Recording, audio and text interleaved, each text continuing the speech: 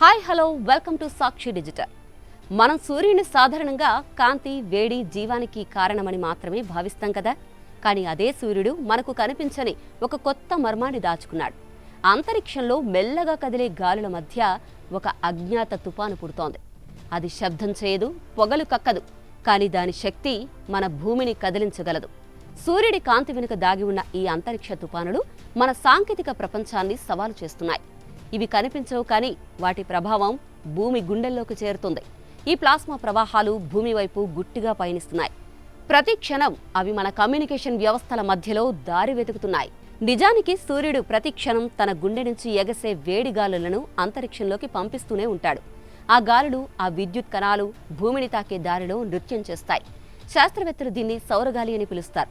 కానీ కొన్నిసార్లు ఆ సౌరగాలి అల్లకల్లోలమవుతుంది. సూర్యుడి ఉపరితలంపై జరిగే మహా విస్ఫోటనాలు, ప్లాస్మా మేఘాలు అంతరిక్షంలోకి విసిరివేయబడతాయి. వాటిని కొరోనల్ మాస్ ఎజెక్షన్స్ అంటారు. ఈ తుపానులు భూమిని చేరినప్పుడు అవి మన ఉపగ్రహాలను కదిలిస్తాయి, జీపీఎస్ సంకేతాలను గందరగోళం చేస్తాయి, విమాన మార్గాలను మార్చేస్తాయి. అయితే ఇప్పుడు శాస్త్రవేత్తలు మరో సరికొత్త రహస్యాన్ని కనుగొన్నారు.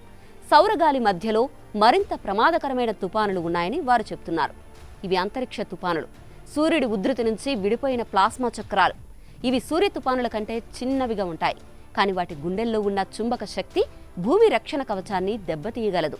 అవి కంటికి కనిపించవు, కానీ వాటి ప్రతి చలనం ఒక నిశ్శబ్ద ప్రమాదానికి సంకేతం. ఇక మెల్లగా సూర్యుని శ్వాస భూమి వైపు కదులుతోంది.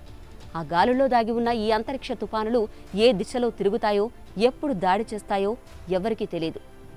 ఇక ఈ అంతరిక్ష తుపానులు భూమిని ప్రభావితం చేయడం గతంలోనూ జరిగింది. 2024 మేలో అంతరిక్షంలో పుట్టిన ఒక తుపాను భూమిని తాకింది. నాడు విమానాలు దారి మళ్లించబడ్డాయి, ఉపగ్రహాలు స్థిరత్వం కోల్పోయాయి, జీపీఎస్ పరికరాలు మౌనమయ్యాయి. ఒక్కో వ్యవసాయ క్షేత్రం లక్షల రూపాయల నష్టాన్ని ఎదుర్కొంది. మనకు ఆ క్షణం తెలిసిందే, మనం చూస్తున్న సూర్యుడు మాత్రమే కాదు, మనం చూడలేని అంతరిక్ష తుపానులు కూడా మన భవిష్యత్తును ప్రభావితం చేస్తున్నాయని తెలిసొచ్చింది.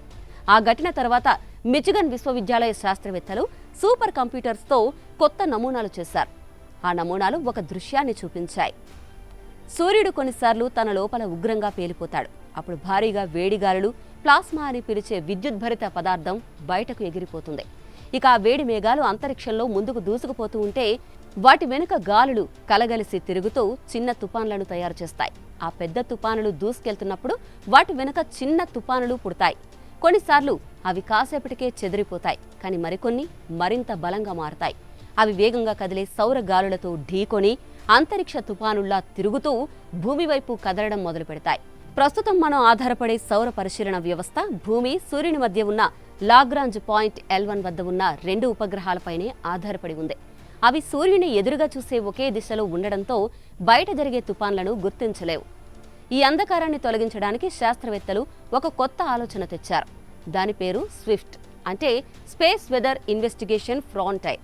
ఇది 4 చిన్న అంతరిక్ష నౌకల సమూహం. అవి త్రిభుజాకారంలో ఏర్పడి మధ్యలో ఒక ప్రత్యేకమైన నౌక ఉండబోతోంది. అది సాధారణ రాకెట్లా కాకుండా సూర్యకాంతినే ఇంధనంగా ఉపయోగిస్తుంది. ఇది ప్రస్తుతం ఉన్న వ్యవస్థ కంటే 40% త్వరగా హెచ్చరికలు ఇవ్వగలదు. మిగతా 3 నౌకలు దాని చుట్టూ 2 లక్షల మైళ్ల దూరంలో తిరుగుతూ అంతరిక్ష గాలులను 3 మార్గాల నుంచి పరిశీలిస్తాయి. ఈ సమూహం అందించే దృశ్యం మొదటిసారిగా తుపానుల రూపాన్ని చూపిస్తుంది. చుంబక క్షేత్రాలు ఎలా మారుతున్నాయో, ప్లాస్మా ప్రవాహాలు ఎలా తిప్పుకుంటున్నాయో మనం ప్రత్యక్షంగా చూడగలుగుతాం. ఇది కేవలం శాస్త్ర ప్రగతికే కాదు, ప్రపంచ భద్రతకు ఒక కీలక అడుగు. మరి చూడాలి, ఈ స్విఫ్ట్ మనల్ని కాపాడుతుందో లేదో అన్నది ఇప్పటికైతే చెప్పలేం. ఒకవేళ అంతరిక్ష తుపానుల తాకిడి పెరిగితే మాత్రం ముప్పు తప్పదండి. This is Aruna signing off.